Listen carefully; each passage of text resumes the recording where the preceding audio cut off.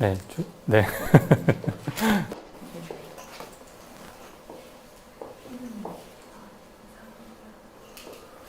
준비됐습니다. 웹사이트를 한 표. 네, 반갑습니다. 진성 도반 여러분. 2부 강의를 맡은 진성 리더십 8기 이명진이라고 합니다. 반갑습니다. 아, 현장의 열기가 너무 뜨겁습니다. 지금 한 200명 정도 와 계신 것 같은 에너지를 느끼고 있습니다. 너무 감사합니다.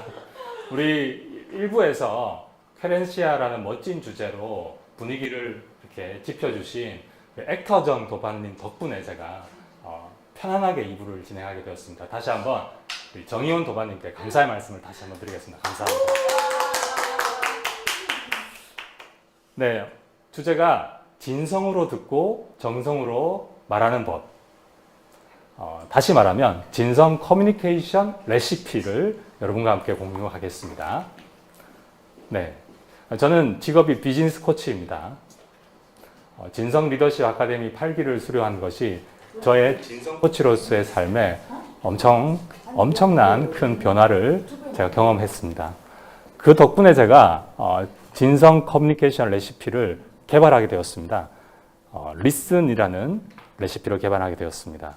여러분들께 보여드리고 있는 6가지 재료로 맛있는 대화, 진성의 대화를 어떻게 나눌 수 있는지에 대해서 얘기를 나누고자 합니다. 1부에서 우리 액터정 도반님께서는 자신의 내면과의 대화에 대한 어떤 느낌을 제가 받았습니다. 2부에서는 다른 사람과의 대화를 어떻게 할 것인가에 대한 주제로 이어진다고 생각하시면 좋겠습니다.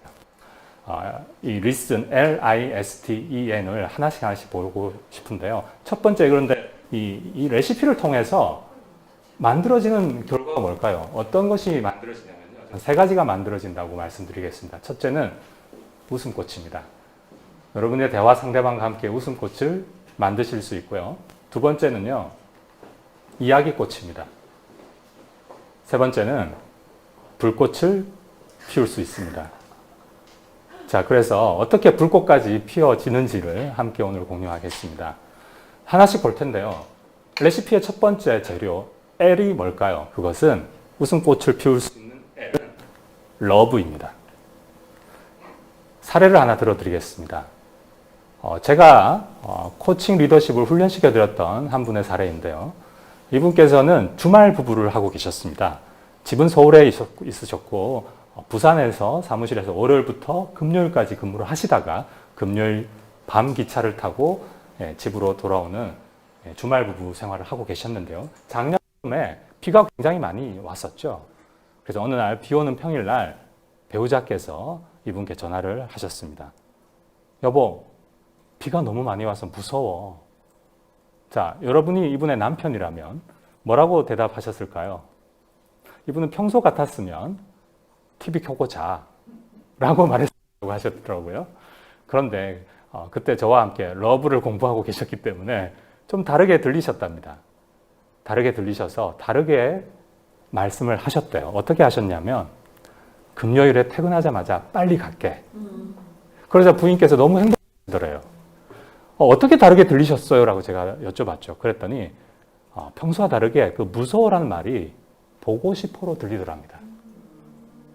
네, 러브를 느끼셨고 다시 러브,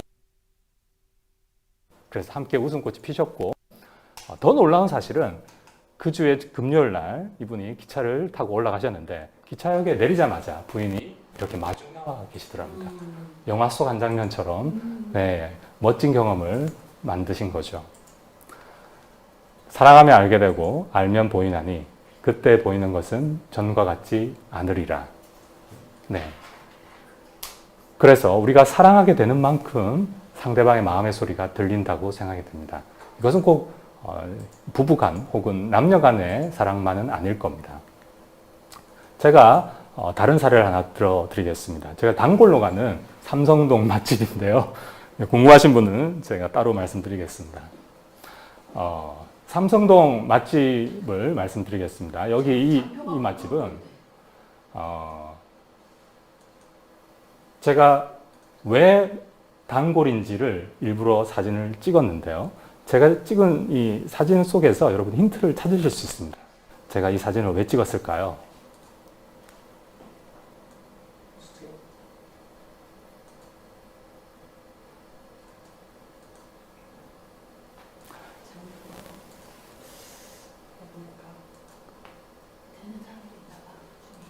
자, 거꾸로 보이시군요. 네. 자, 여러분, 제 사진은, 사진을 한번 보시고, 사진을 유심히 보시면, 왜 제가 사진을 찍었을까를 맞추실 수 있습니다. 혹시, 감이 오시는 분 계실까요?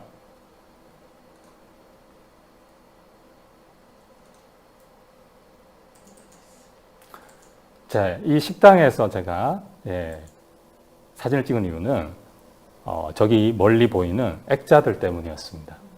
저 액자 속에는 제일 위쪽에 가장자리에는 초창기에 처음 식당을 열었을 때 세 사람의 사진이 있었고요. 주기적으로 직원이 늘 때마다 새롭게 액자가 걸렸습니다. 지금 최근에는 다시 액자가 하나 더 늘었습니다.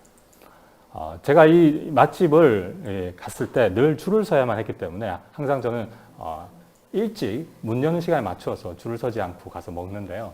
그럴 때 입구에 들어서자마자 웃음꽃의 소리가 들립니다. 직원들 사이에 웃음꽃이 피고 굉장히 그 파트너십이 좋은 게 느껴집니다. 그런 웃음이 가득한 공간에서 그런 사람들이 만드는 음식이라서 더 맛있었습니다. 저는 주문을 하기도 전에 기분이 좋아졌고 음식이 나오기도 전에 기분이 좋아졌습니다. 물론 그 맛으로도 훌륭한 맛집이었습니다. 지금 코로나 때문에 인근에 앞집도 망했고요. 옆집도 망했습니다. 그런데 이 집은요, 그 망한 옆집을 틔워서 확장을 했습니다. 놀라운 사실이죠. 최근에도 가봤는데요. 여전히 그 확장한 곳도 고객으로 가득 차 있었습니다. 이렇게 옆집을 확장을 했더라고요. 그런데도 불구하고 줄을 서 있는 모습 보이십니까? 그리고 배달 어플에서 온 배달 기사가 이렇게 앉아서 기다리고 있는 것도 보이시나요? 자, 또 다른 사례입니다. 네. 이건 제가 코칭했던 병원인데요. 자, 지금 저렇게 하이파이브를 하고 있는 의사가 하이파이브를 하는 상대방은 누구일까요? 직원입니다. 직원이 막 출근하는 모습입니다. 제가 이 의사에게, 원장에게 제가 미션을 드렸습니다. 딱 일주일만 가장 먼저 출근하시라. 그리고 한 사람 한 사람 직원들, 파트너가 출근할 때마다 환대해 주십시오. 환대를 해달라고 부탁을 했습니다. 제가 미션을 드렸습니다. 그래서 하이파이브 하실 때 그냥 하이파이브 하지 말고 음료수 조그만한 거라도 하나 같이 드리라고 미션을 드렸더니 그분이 실제로 수행을 하셨어요. 이렇게 수행을 하셨습니다. 평소보다 1시간도 더 일찍 출근하셔서 자기가 1등을 할 거라고 확신을 하셨는데 그 확신이 깨진 겁니다. 가보니 그럼에도 불구하고 먼저 와 있는 직원이 있더라고요. 정말 놀라운 일이었죠. 그런데 이 직원은 하면 자신의 보스에게 인정을 받지 못했던 거죠. 자기가 언제 오니까요. 이렇게 하면 시작했습니다. 그리고 직원들이 이렇게 한 사람 한 사람 파이브를 나누면서 원장님 덕분에 웃으면서 시작합니다. 이런 얘기를 들으니까 이 원장님도 행복해졌다라고 말씀해 주셨습니다. 자, 웃음꽃을 피우신 거죠. 함께. 그렇게 할 수 있었던 것은 덕을 베풀었기 때문입니다. 리더의 러브 오브 리더, 덕이라고 생각합니다. 그래서 보다 덕장이 더 훌륭한 리더라고 말하지 않습니까? 근데 그 덕이 복을 불러 일으킨다는 거죠. 우리말에 생기복덕이라는 말이 있습니다. 우리 어릴 때 복덕방 기억하시죠? 복덕방도 생기복덕에서 나온 말입니다. 네. 그런데 이 덕을 한자로 자세히 보시면 그리고 들을 청, listen, 들을 청을 적어놨습니다. 자, 덕자와 청자를 보이십니까? 왼쪽에 부수를 제외하고 거의 똑같죠. 저는 이 들을 청자 안에 덕이 들어갔다라고 생각이 들었습니다. 들을 때는 들어야 된다라는 뜻이 한자어 속에 있다고 생각이 들었습니다. 자, 그런데 듣기 위해서는 뭘 해야 될까요? 질문을 해야 되겠죠. 듣기 위해서는 질문을 해야 됩니다. 자, 그래서 제가 또 다른 사례를 하나 보여드리겠습니다. 다른 병원에서 제가 의사를 고용했던 사례인데요. 그 코칭을 받았던 의사가 질문을 잘 사용하셨습니다. 그러자 그 질문을 받았던 환자가 이제 후기를 읽었습니다. 의사 선생님이 제게 하신 그 질문을 읽었어요. 지금까지 많은 병원을 다녔지만 가는 곳마다 설명조와 지시조였는데 이런 경험은 처음입니다. 감동입니다. 땡땡님, 다 나으시면 뭐 하고 싶으세요? 라는 질문을 하신 거죠. 이 병원은 여드름 전문 병원이었고요. 이 질문을 받은 환자는 20대 초반의 여대생. 이 질문을 받고 처음에 환자가 어떤 반응을 했을까요? 이렇게 얘기했습니다. 그런 질문 저한테 왜 하세요? 놀란 거죠. 당황한 거죠. 자, 그래서 의사가 이렇게 다시 얘기했습니다. 땡땡님, 저는 단순히 여드름만 치료하는 의사가 아니라 환자의 행복을 돕는 자신의 러브를 표현하십니다. 그러자 비로소 환자가 마음의 문이 열려서 대답을 했습니다. 뭐라고 했을까요? 남자친구 사귀고 싶어요. 그리고 뚝뚝 흘리기 시작하신 거죠.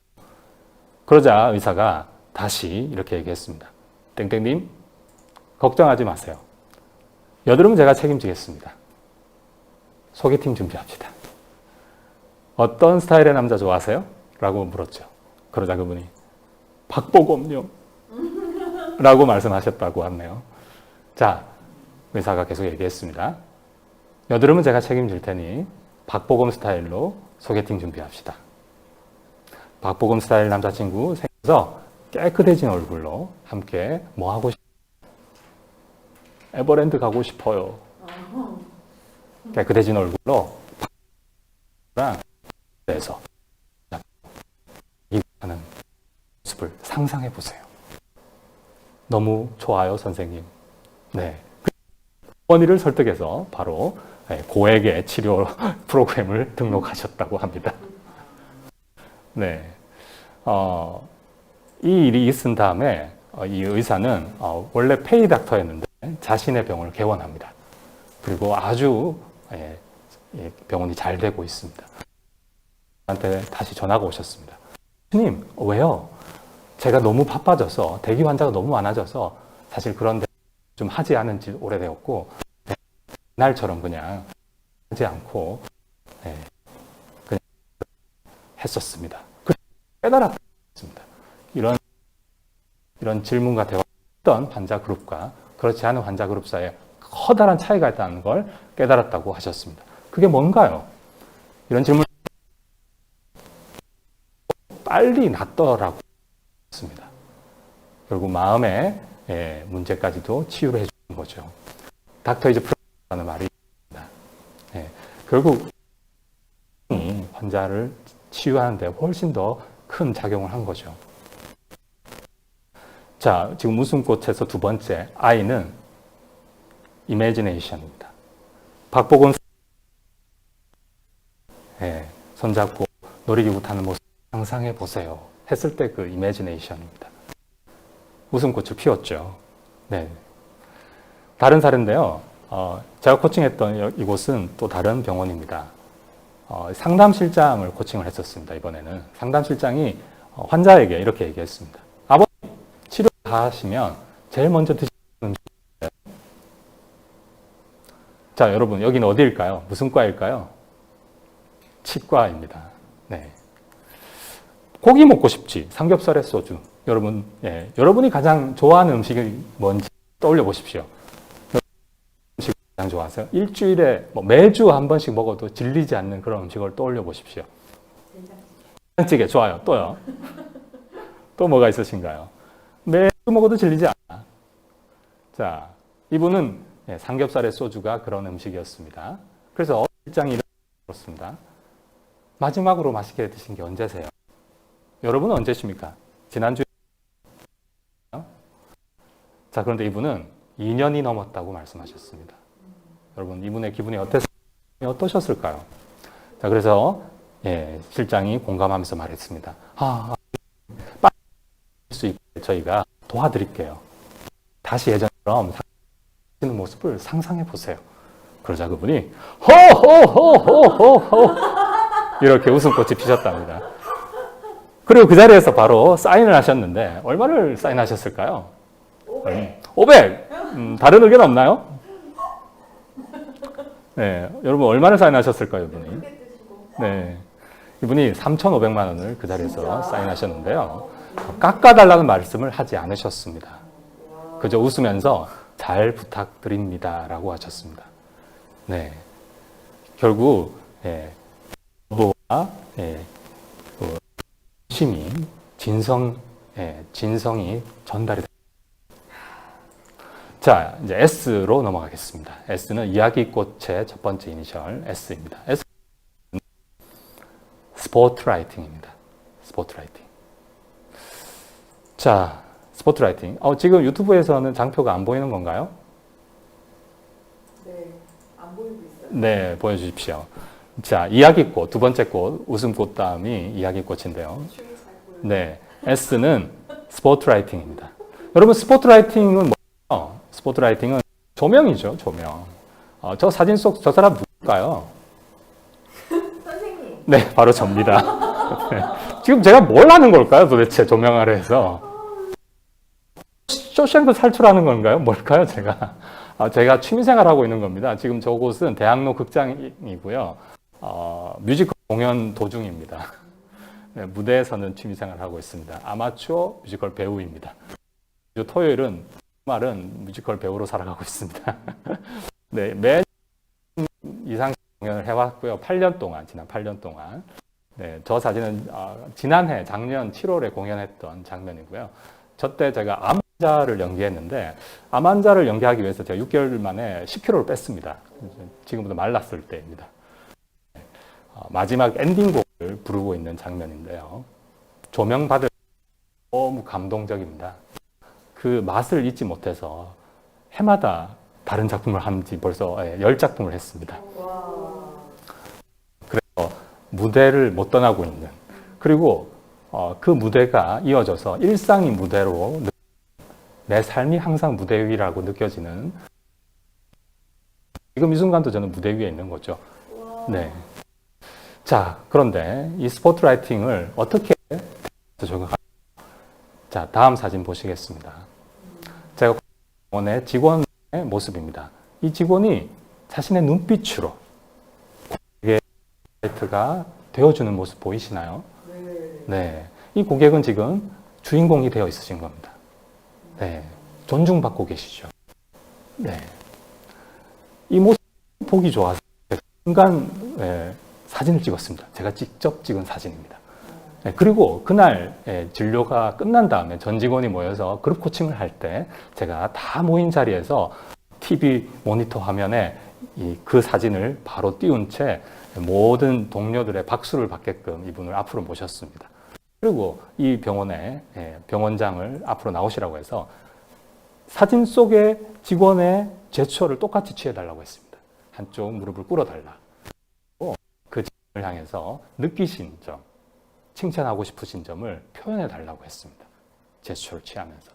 네, 본인이 고객에게 했던 그 스포트라이트를 받게끔 해드린 거죠. 자, 이분이 활짝 웃으셨어요. 활짝 웃으셨습니다. 그런데 웃긴 게 아니라 이내 눈물을 흘리기 시작하셨습니다. 왜 우셨을까요? 이분 근무한 지 1년이 넘었는데 처음으로 칭찬받았다고 하더라고요. 그래서 그동안 쌓였던 소름이 폭발하면서 펑펑 우시더라고요. 이분은 사실 대기실에서만 일하는 분이 아니라 수술실에 들어가는 분입니다. 수술할 때 어시스트를 하는 거죠. 그런데 너무 긴장되다 보니까 실수가 있으셨고, 그럴 때 이 실수에 대해서 지적을 받으니까 트라우마가 생기신 거예요. 그래서 또 실수하고, 그게 반복이었습니다. 자신감이 떨어지고. 그래서 인정받지를 못하셨던 거죠. 그렇지만 대기실에서는 이렇게 너무나 잘하셨던 거예요. 그 모습을 근데 다른 사람들이 알아봐주지 못했던 거죠. 스포트라이트를 비추어야 그 사람이 어느 순간에 빛나는지를 알 수 있게 됩니다. 우리가 비춰주지 못해서 놓치는 것들이 참 많죠. 지금 여러분 옆에 있는 분에게도 여러분들이 스포트라이트를 잘 비춰주신다면 그 사람의 멋진 모습을 발견하실 수 있습니다. 자, 다른 사례입니다. 환자의 보호자가 이런 말을 했습니다. 얘가 아토피가 심해서 가려울 때마다 이를 악물어요. 자, 이 병원은 무슨 과일까요? 피부과. 피부과 아닙니다. 무슨 과일까요? 이를 악물어. 이 치과. 그렇습니다. 치과입니다. 자, 턱에서 소리가 나서 병원을 간 거예요. 턱에서 소리가 나서요. 그래서 어머니가, 보호자가 걱정이 돼서 아이를 데리고 10대 자녀를 데리고 갔습니다. 그런데 의사가 질문을 했죠. 턱을 다친 적이 있나요? 그러자 아니요, 다친 적 없어요. 그런데 아마도 아토피 때문에 이를 악물어서 그런가 봐요 라고 보호자가 얘기를 한 거죠. 그러자 실제 있었던 대화는 왼쪽과 같습니다. 어금니를 꽉 무는 습관은 턱에 영향을 주는 습관 중에 가장 안 좋은 습관이에요. 이렇게 마치 야단치는 것처럼 말씀을 하신 거죠. 그러자 부모가 계속 참다 보니까 어쩔 수 없었다라고 하소연을 또 하셨습니다. 이게 실제 대화였고요. 제가 레시피를 오른쪽으로 대안을 가이드를 했습니다. 앞으로는 이렇게 하시라고. 땡땡이 아토피는 지금 어떤가요? 물론 치과의사가 아토피를 치료할 수는 없지만 러브를 가지고 관심을 가져줄 수 있죠. 물론 이렇게 얘기하겠죠. 아직도 많이 안 좋습니다. 어쩌고 저쩌고. 그럼 어떻게 해야 될까요? 많이 불편했겠네요. 라고 계속 스포트라이트를 비추는 거죠. 네, 저희 애가 아직도 이렇고 이렇습니다. 라고 또 이야기하시겠죠. 그럼 이어서 우리 어머니도 걱정이 참 많으셨겠네요. 라고 계속 스포트라이트를 비춰주는 겁니다. 그럼 그렇게 얘기하시겠죠. 또 어제도 잠도 못 잤다. 이런 식으로 얘기를 하실 겁니다. 그러면 마지막에 이렇게 얘기할 수 있습니다. 그럼에도 불구하고 땡땡이는 인내심이 참 대단하군요. 멋집니다. 턱은 저희와 함께 치료해 보시죠. 자, 왼쪽에서는 상대방을 안 좋은 습관을 가진 사람으로 표현했습니다. 오른쪽에서는 인내심이 있는 멋진 사람으로 얘기했죠. 어떤 곳을 스포트라이트를 비출 거냐에 따라서 달라지는 거죠. 똑같은 대상이라도요. 좋은 티처를 만나면 그가 얼마나 훌륭한지를 알게 되고 좋은 코치를 만나면 내가 얼마나 훌륭한지를 알게 된다라는 말이 있습니다. 결국 코칭 리더십은 스포트라이트를 뜻하는 거라고 생각됩니다. 자, 이야기꽃에서 두 번째 이니셜은요, T입니다. S 다음은 T인데요. T는 뭘까요? T는 튜닝입니다. 튜닝. 조율이란 뜻이죠. 맞추다라는 뜻이죠.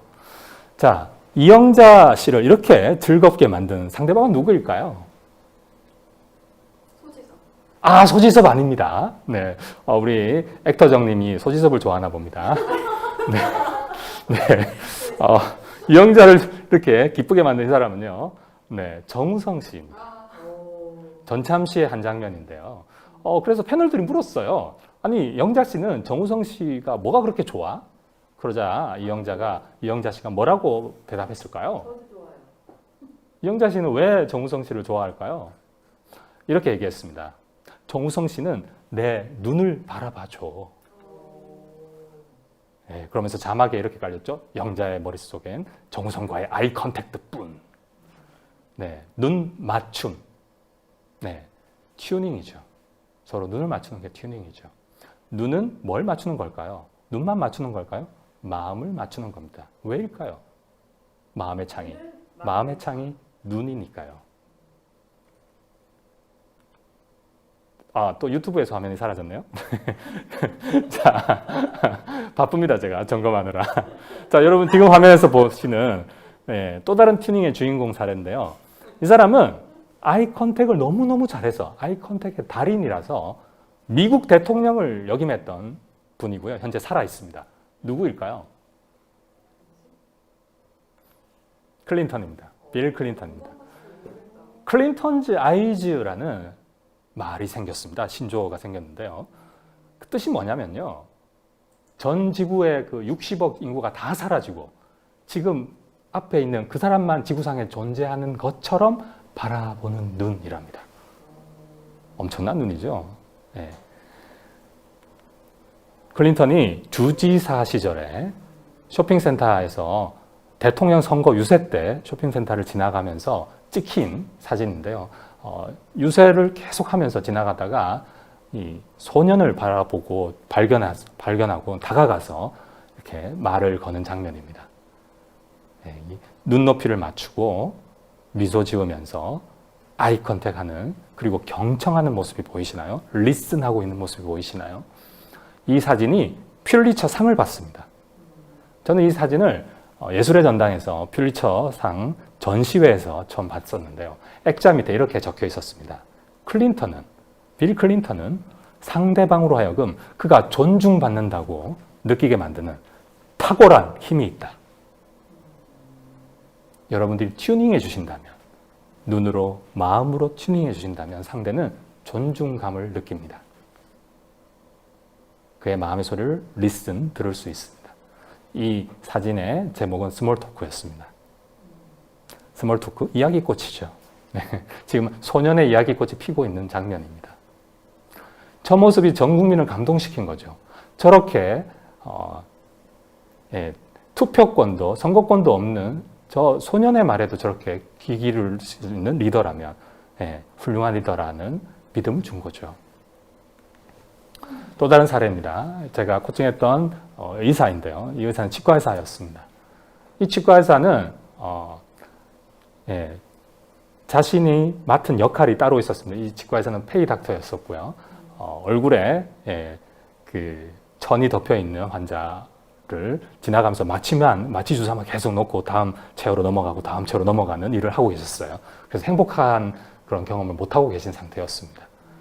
그런데 이제 저하고 같이 코칭을 하는 과정 속에서 이 얼굴에 천을 덮기 전에 일단 눈 맞춤 먼저 하시라고 제가 코칭을 했죠. 그러자 3주 뒤에 저에게 미션 완료하신 경험을 얘기해 주셨습니다. 지난주는 행복했다고 하시면서 환자 이름을 부르고, 이름을 부르면 어떤 일이 생기느냐면 쳐다봅니다, 상대방이. 그래서 튜닝이 됩니다. 나 혼자만 시선을 줘봐야 튜닝이 안 됩니다. 상대도 시선을 같이 여러분에게 주셔야 튜닝이 되겠죠. 그래서 이름을 부르셔야 됩니다. 어떻게? 따뜻하게, 러브가 느껴지게. 지금 유튜브에서 화면이 또 다시 날아오네요. 환자의 이름을 불러서 튜닝을 하시고 눈을 맞춰 주신 다음에, 그러면서 내가 지금 실천했구나 하는 것을 알아차리셨대요. 그리고 환자가 그 눈 맞춤 속에서 환자의 마음이 느껴졌대요. 환자가 미소를 지었고 눈으로 하는 말에 마음의 소리가 들렸대요. 어떻게? 잘 부탁해요 선생님 하는 그런 마음의 소리가 들렸대요. 느껴졌대요. 그러자 자신도 모르게 에너지가 생겼대요. 이건 뭘까요? 진성 닥터가 된 거죠.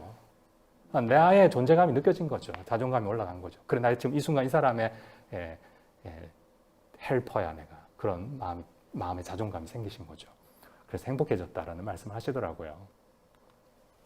자, 이분은 다른 치과 의사인데요. 여러분 치과 체어에서 웃어본 적 있으신가요? 이렇게 웃음꽃을 피울 수 있고요. 이야기꽃도 피울 수 있습니다.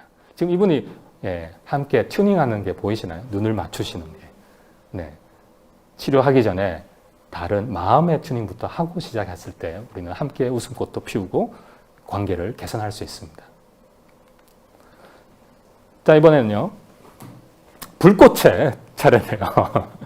불꽃으로 넘어가겠습니다. 불꽃의 E입니다. E는 뭘까요? E는 encouragement입니다. encouragement. 용기를 북돋아주는 거죠. 용기의 불씨가 사라지면 불꽃이 필 수가 없죠. 지금 보시는 저 사진 속 남자는 누구일까요? 네, 바로 저입니다. 제가 2013년에 처음으로 뮤지컬 공연했을 때 모습인데요. 뮤지컬 오페라 유령의 듀엣곡을 부르고 있는 장면입니다. 오페라 유령이라는 듀엣곡을 부르고 있는 장면인데요. 이 노래에서 크리스틴은 굉장한 실력이 필요로 한 역할인데 다행히 저 크리스틴 역할을 했던 동생이 최고의 실력을 가지고 있는 배우였습니다. 진성과 가성을 다 잘 소화하고 고음까지 다 잘 소화하는. 근데 대체 불가라서 저희가 A팀, B팀 두 팀이었는데도 불구하고 이 크리스티는 원 캐스팅으로 갔습니다. A팀도 하고 B팀도 하고.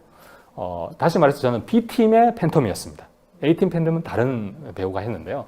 참고로 그 A팀, 저와 다른 A팀의 팬텀은 서울대학교 음대의 성악과를 전공한 엄청난 실력의 소유자였습니다. 그러나 저는 전공이 전혀 그쪽이 아니었고요. 저는 학부 때 법학을 전공했거든요. 전혀 예술적 재능도 없습니다. 그래서 저는 첫 공연에서 연습하는 과정에서 내내 기가 죽었습니다.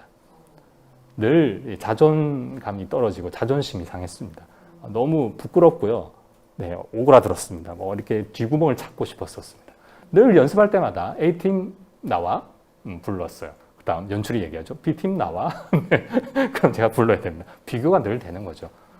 그래서 제가 너무너무 멘탈이 무너졌던 기억이 납니다. 대부분의 경우는 이런 경험을 첫 공연에서 하게 되면 뮤지컬계를 떠납니다. 다시는 이런 취미생활을 하지 않게 됩니다. 그런 배우들을 수없이 많이 봐왔습니다. 제가 그런데 지금까지 8년이 넘도록 계속 할 수 있는 이유가 뭘까요? 그것은 바로 제 파트너 덕분이었습니다. 크리스틴이 저를 응원해 줬습니다. 오빠 기죽지 마. 오빠도 오빠만의 장점이 있어. 오빠는 이런 점이 참 좋아. 라고 진정성 있게 저의 장점을 얘기해 주면서 저에게 용기를 북돋아 줬습니다. 덕분에 제가 포기하지 않고 공연을 했고 덕분에 제가 8년 넘게 10작품을 하고 있는 거죠. 제 파트너의 인커리지먼트 덕분이었습니다. 그래서 제가 불꽃이 계속 피어올랐고 할 때마다 불꽃이 피어오르고 그것이 제 일상에서도 그 불꽃이 이어지고 있습니다.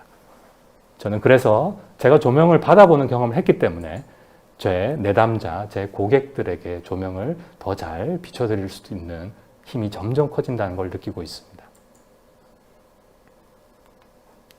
의식혁명이란 책에서 저자가 인간의 의식을 17단계로 이야기했는데요. 제가 처음 연습할 때는 2013년도에 이 연습 때 자존심 무너지고 화도 나고 저 자신한테요.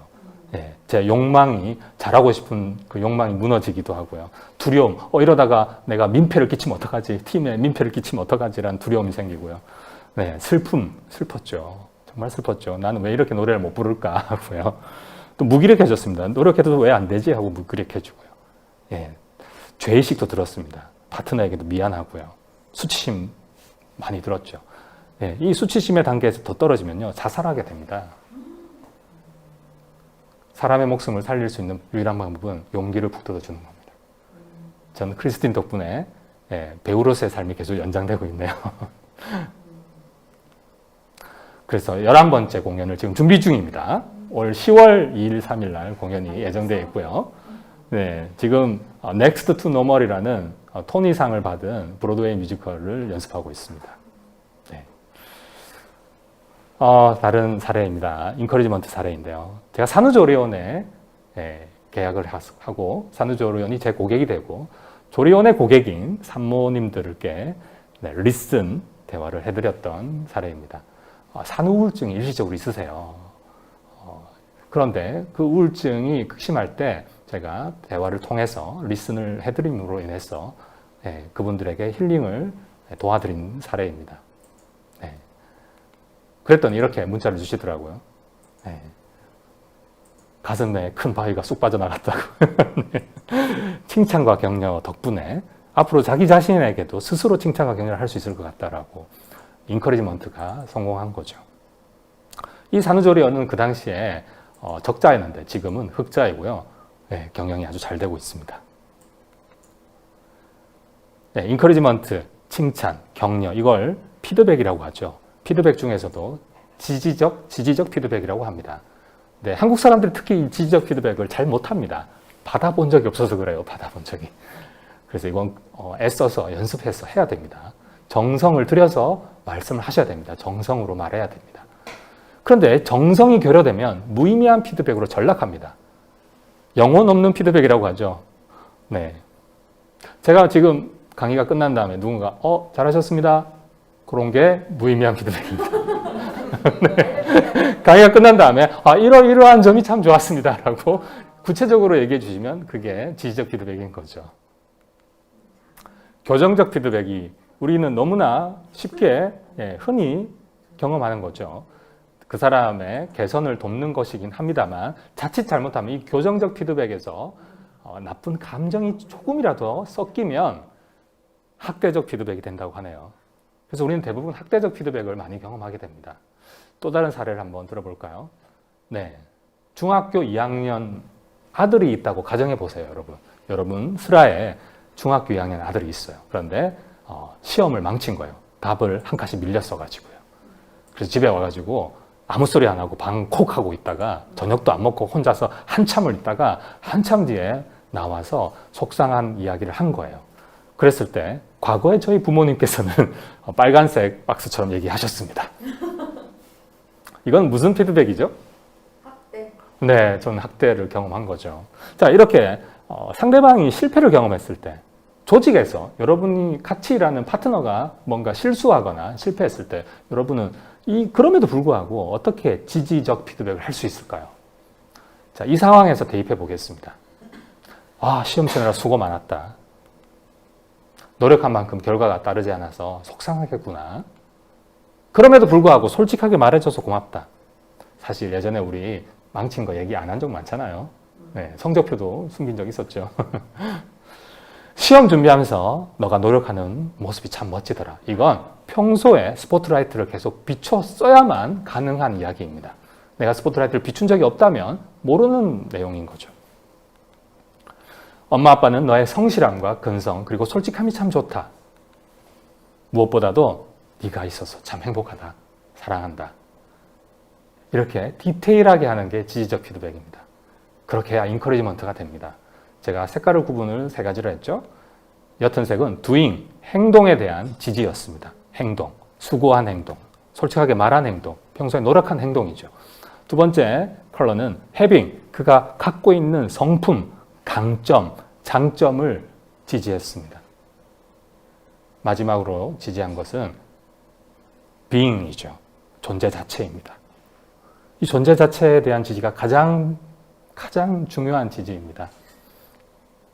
그래서 이 3가지를 다 같이 해주셔야 됩니다, 여러분. 근데 대부분의 사람들은, 특히 리더들은 doing을 잘했을 때만 지지하려다 보니까 지지를 못하게 되고 지지가 결핍된 파트너들이 결국 조직을 떠나게 되죠. 다른 사례입니다. 네, 제가 강의 때마다 랜덤에, 그러니까 즉석에서 지원자를 받아서 데모 코칭을 하는 편인데, 그때 제 세미나 때 제 데모 코칭을 경험하신 분이 이렇게 표현해 주셨네요. 인정을 느꼈다. 인정받음을 느꼈다. 인커리지먼트가 되신 거죠. 그리고 소통의 과정이 임금이나 복지보다 더 중요한 걸 깨달았다라고 말씀해 주셨네요. 자, 마지막 6번째 재료, N입니다. N은 바로 내비게이션입니다. 우리가 이런 리슨을 통해서 결국 궁극적으로 도와야 되는 것은 그 사람의 항해이죠. 그 사람 인생의 여정을 도와야 되겠죠. 자, 온보딩이란 말이 요즘 참 유행하더라고요. 신입사원들이 막 회사에 들어갔을 때 잘 정착하게끔 하는 게 온보딩이더라고요. 저는 그런데 리더가 처음 된 무렵에 리더도 온보딩이 필요하다고 생각합니다. 리더십의 온보딩이죠. 네, 쉽은 배라는 뜻도 있죠. 신입사원이 멤버십 온보딩이라면 우리 리더들은 리더십 온보딩이 필요합니다. 리더 처음 하는 거니까요. 리슨을 할 줄 모르는 리더들이 너무 많거든요. 러브를 표현할 줄 모르고 스포트라이트를 할 줄 모르는 분들이 너무 많거든요. 자, 그래서 온보딩을 잘 하도록 도왔던 사례인데요. 리더십을 잘 도왔던 이 병원장의 사례입니다. 이분이 제가 6개월을 도와드렸어요. 그러니까 25주를 도왔습니다. 온보딩은 하루아침에 되지 않습니다. 그래서 이 25주 동안 중에서 4개월쯤 됐을 때, 한 16주쯤 됐을 때 저한테 이런 문자를 주셨어요. 자, 변화라는 말이 3번 정도 나왔고요. 이 문자 속에서 더 많이 4번 나온 말이 뭘까요? 진짜, 혹은 진정한, 진심, 진이 4번이나 나왔습니다. 진성 리더가 되셨습니다. 진성 닥터가 되신 겁니다. 자신의 진정성을 회복하신 거죠. 그랬더니 변화에 대한 에너지가 생기고 첫 걸음을 떼게 되고 걸어가게 되신 거죠. 내비게이션이 시작되신 겁니다. 진성 라이프의 내비게이션이 시작되신 겁니다. 그랬더니 행복해졌대요. 그랬더니 행복해지니까 그냥 행복해진 게 아니라 매출까지 사상 최대가 되었다고 얘기하셨네요. 네, 그래서 이 병원은 직원이 2배로 늘었고요. 20명에서 40명, 50명으로 늘었고요. 직원들이 계속 그만두던 조직이었는데 지금은 굉장히 많은 직원들이 정착해 있고 전국에서 벤치마킹하는, 다른 병원들이 벤치마킹하는, 견학가는 그런 병원으로 성장해 있습니다. 다른 병원의 내비게이션을 돕고 있는 존재가 된 거죠. 인생은 어쩌면 자신의 별, 자신의 빛을 찾아가는 여정이라고 생각이 듭니다. 그것을 도울 수 있는 것은 리슨입니다. 저는 사막에 별 보는 버킷리스트가 있었습니다. 여러분, 지구상에서 별이 가장 아름다운 곳이 어디일까요? 안데스 산맥에 있습니다. 칠레, 안데스 산맥 칠레에 있는 아타카마 사막이 고산 지역 산맥에 있는데요. 그 아타카마 사막이 지구에서 별이 가장 아름다운 곳입니다. 왜냐하면 세상에서 가장 건조한 지역이라서 그렇습니다. 자, 그래서 제가 그 사막에 가고 싶은 욕구가 있었던 거죠. 그런데 신기하게도 그 사막에서는 1년에 한 번씩 사막 마라톤이 열리고 있었습니다. 그래서 제가 사막 마라톤에 갔습니다. 아타카마 사막 레이스에 갔습니다. 전 세계에서 그 당시에 161명이 지원해서 왔었고요. 저는 백넘버가 82번이었습니다. 한국에서도 10명 이상이 왔더군요. 처음 그 대회를 통해서 알게 된 사람들이었지만 친해졌습니다. 자, 7일을 달리고요. 7일 동안 250km를 달려야 하는 극한의 레이스입니다. 지구상의 가장 어려운 마라톤 중에 하나입니다. 왜냐하면 고산증까지 이겨내야 되거든요. 안데스 산맥이라서요. 15km의 배낭을 메고 뛰어야 됩니다. 7일치 식량, 옷, 침낭, 구급량, 지도, 나침반을 다 챙겨야 됩니다. 길을 잃었을 때 구조될 때까지 살아남아야 되기 때문이죠. 이 무거운 짐을 메고 7일을 야영을 하면서 매일 뛰는 그런 극한의 레이스인데요. 제가 첫날 40km 정도를 완주했습니다. 생애 첫 마라톤 완주를 첫날 했죠. 뿌듯했지만 온몸에 화상을 입었습니다. 지금 사진 속에 저 사람처럼 제가 반팔 반바지를 입고 온몸에 화상을 입었습니다. 저 사진 속의 분은 저처럼 초보자였던 거죠. 네. 이렇게 경험 많은 선수들은 다 긴 팔에 긴 바지를 입고 뛰더라고요. 네, 그런데 제가 두 번째 날 죽을 뻔하는 경험을 합니다. 쓰러졌습니다. 두 번째 날 20km 지점에서 쓰러졌습니다. 그래서 저는 결국 토탈 60km밖에 뛰지를 못했습니다. 두 번째 날 20km 지점에서 쓰러져서 만약 제가 그때 앰뷸런스를 타지 못했다면 저는 죽었을 겁니다. 실제로 사망자가 있는 대회입니다. 참가자들은 항상 각서를 씁니다. 죽을 수 있음을 안다라고. 그리고 의사소견서를 내야 됩니다. 건강하다는 걸 입증해야 됩니다. 저는 죽을 뻔한 경험을 한 거죠. 왜 제가 죽을 뻔했냐면요. 제가 실수로 부주의하게 사실 미숙해서 처음이라 중요한 걸 안 가져갔었습니다. 소금이었습니다. 소금이 얼마나 중요한지를 제가 뼈저리게 느꼈습니다. 소금을 너무 많이 먹으면 성인병에 걸리지만 소금이 체내에서 빠져나가면 죽습니다, 여러분. 염분이 그만큼 소중한 거죠. 그래서 성경에도 빛과 소금이란 말이 있나 봅니다. 네, 소금이 과거에 화폐로 쓰인 것도 다 그런 이유이겠죠. 인간에게 반드시 필요한 것이기 때문이겠죠. 제가 이틀 동안 엄청난 양의 땀을 흘려서 소금이, 염분이 몸에서 다 빠져나가서 죽을 뻔한 거였습니다. 아무리 물을 마셔도 눈앞이 흐려지면서 쓰러진 거죠. 운 좋게 저는 앰뷸런스에 실려가서 살았습니다. 메디컬 텐트에서 페트병, 1.5L 페트병에 담긴 소금물을 다 마시니까 쌩쌩해지더군요. 언제 아팠냐는 듯이. 하지만 이미 버스가 지나갔습니다. 저는 실격 처리가 됐습니다. 다시 두 번 다시 기회가 없는 거죠. 너무나 억울하고 너무나 속상하고 저 자신이 원망스러웠습니다.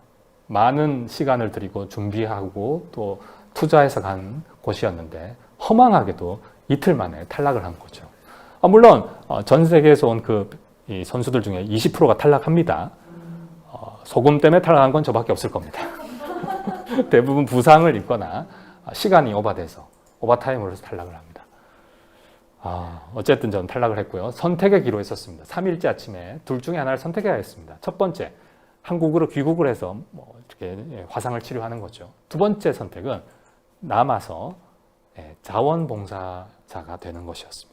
자원봉사자가 되는 조건으로 남아있을 수가 있었습니다.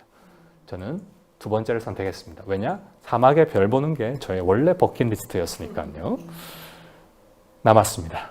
그러자 비로소 다른 선수들이 보이더군요. 나머지 160명이 눈에 들어오더군요. 제가 계속 뛰고 있었다면 다른 선수가 눈에 안 들어왔을 겁니다. 저 하나 건사하기 바빠서 너무 힘들어서 남은 절대로 보지 못했을 겁니다. 그런데 제가 자원봉사자, 그들을 돕는 역할이 되다 보니까 비로소 보였습니다. 사실 제가 실패했기 때문에 본 거죠. 저는 그때 많은 선수들을 통해서 힐링을 느끼게 되는데요. 저를 가장 힐링시켰던 선수가 이 두 사람입니다. 파트너가 된 이 두 사람은 사실 서로 국적도 다르고요. 언어도 다릅니다. 그런데 7위를 함께 달립니다. 서로 모르는 사이임에도 불구하고 함께 달립니다. 이유는 남자 선수가 시각장애인이기 때문입니다.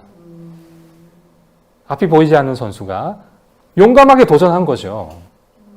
그렇지만 혼자서는 절대로 달릴 수가 없습니다. 그래서 저 옆에 여자 선수가 도와준 겁니다. 함께 달려준 겁니다.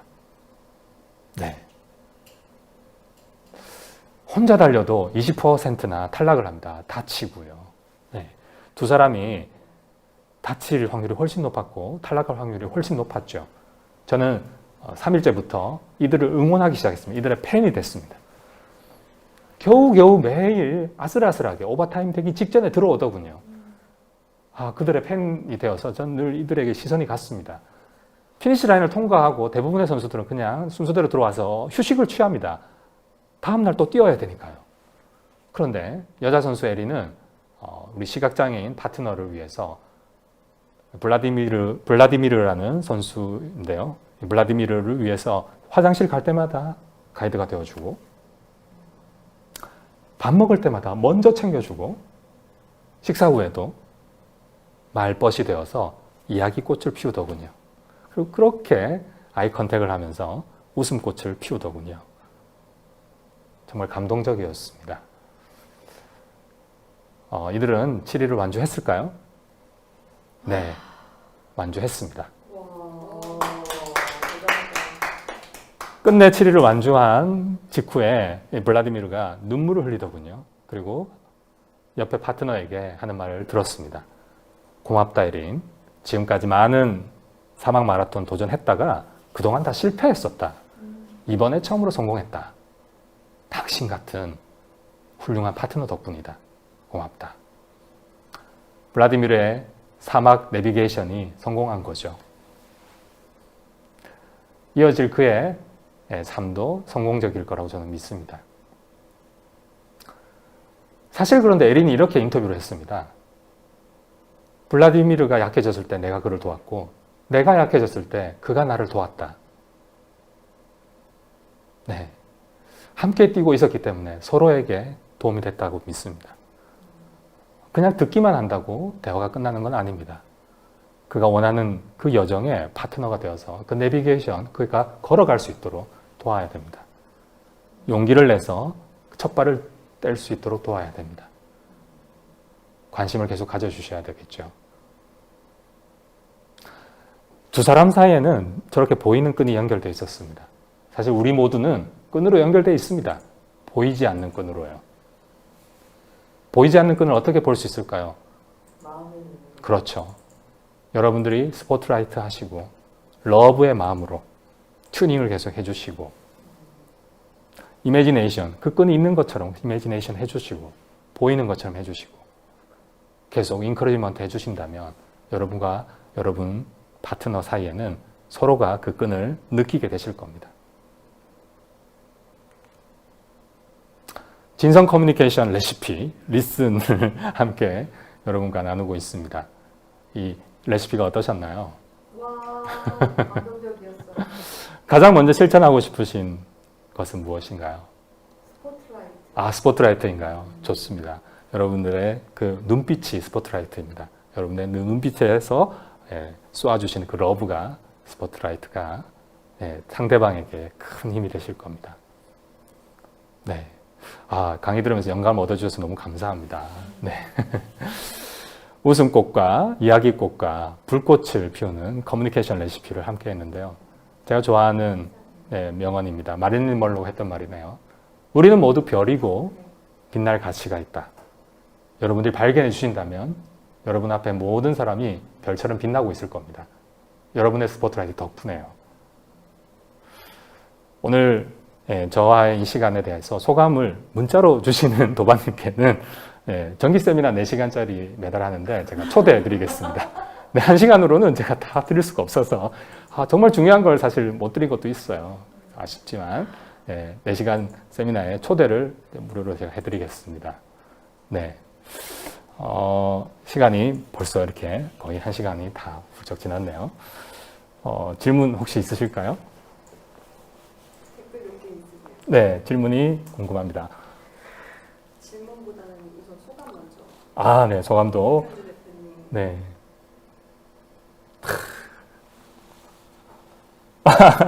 네, 감사합니다. 네. 치유를 제가 보이스로 도와드릴 수 있는 기회가 있으면 좋겠습니다. 보건교사를 하고 계신 도바님이시군요. 네, 과호흡 증상으로 여학생이 침대에 누웠네요. 네, 눈을 맞추고 이야기를 하셨군요. 와, 멋지십니다. 네, 벌써 이미 경험하셨네요, 스포트라이트를. 너무 멋진 경험 공유해 주셔서 감사합니다. 와, 멋집니다. 오윤희 도반님은 유튜브로 듣고 계시거든요. 네, 아까 그 뮤지컬 장면 보면서 취미생활이 프로보다 더 잘하신다고. 네. 감사합니다. 기회가 되면 10월달 공연에 우리 도반님들이 공연을 보러 와주시면 좋겠네요. 목사님 줄 아셨다고요? 네. 네, 감사합니다. 목사는 아니고요. 네. 여러분들과의 오늘 이 자리에서 저도 웃음꽃이 피네요. 고맙습니다. 덕분에 저도 오늘 이야기꽃을 마음껏 여러분들의 경청 덕분에 피울 수 있었습니다. 1시간 동안 제 이야기꽃을 피워주셔서 감사합니다. 그리고 제 마음이 덕분에 또 불꽃이 다시 살아나네요. 고맙습니다. 자, 그러면 이렇게 마무리를 할까 합니다. 오늘 진성 커뮤니케이션 레시피, 진성으로 듣고 정성으로 말하는 법 함께 해주셔서 감사합니다. 여러분 좋은 밤 보내시기 바랍니다. 고맙습니다. 감사장 자랑을